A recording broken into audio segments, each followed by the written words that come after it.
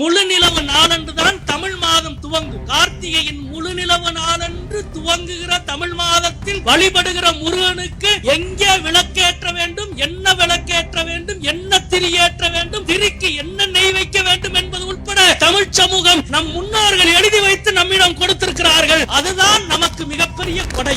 சங்கிகள் வட இந்தியாவை போல தமிழ்நாட்டில் வாழாட்ட முடியாததற்கு நம் முன்னோர்கள் எழுதி வைத்த வரலாறு தான் முதல் பெரும் காரணம். இவ்வளவு தெளிவான வரலாற்றை கொண்ட ஒரு நகரத்தில் சுதந்திரத்திற்கு பிறகு முதலில் பிரச்சனையை எப்பொழுது உருவாக்குகிறார்கள்?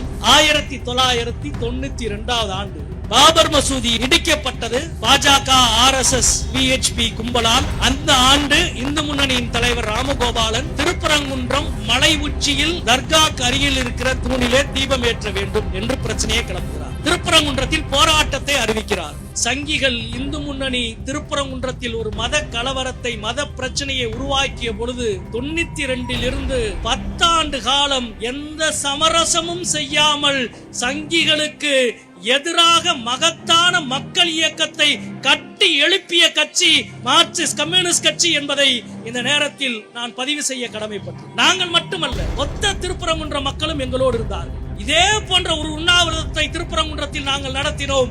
உண்ணாவிரதத்தை தவத்திரு குன்றக்குடி அடிகளார் வந்து துவக்கி வைத்தார். பட்டையும் கொட்டையும் போட்டிருக்கிற ஒருவனை விடாத எல்லாவா இது நாம நடத்த வேண்டிய உண்ணாவிரதம் என்று சொன்னார் குன்றக்குடி அடிகளார்.